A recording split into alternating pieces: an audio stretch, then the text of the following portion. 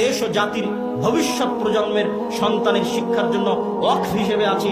যেখানে ডাকবেন বিনা খরচে ফি সাবিলিল্লাহ সেই মসজিদে উপস্থিত হব, জাতির সাথে ওয়াদাবদ্ধ। কিন্তু টাকার বিনিময়ে জালসা থেকে জালসা করে বেড়াবো, এইটা কখনো দীর্ঘস্থায়ী টেকসই কাজ নয়। এটা হচ্ছে হুজুগে বাঙালি মেলার মতো।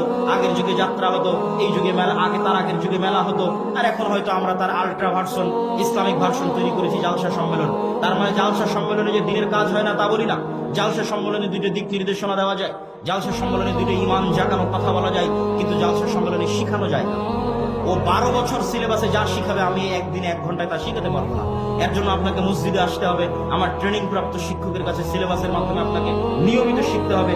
ও 12 বছরে ধর্মবিদ্বেষী যা শিখাবে তার আগেই অ্যান্টিবায়োটিক হিসেবে, ইঞ্জেকশন হিসেবে আপনার শরীরের সন্তানের অন্তরে দিনের জ্ঞান, কোরআনের জ্ঞান বসিয়ে দেওয়া হবে, যেন শয়তান তাকে পথভ্রষ্ট করতে না পারে।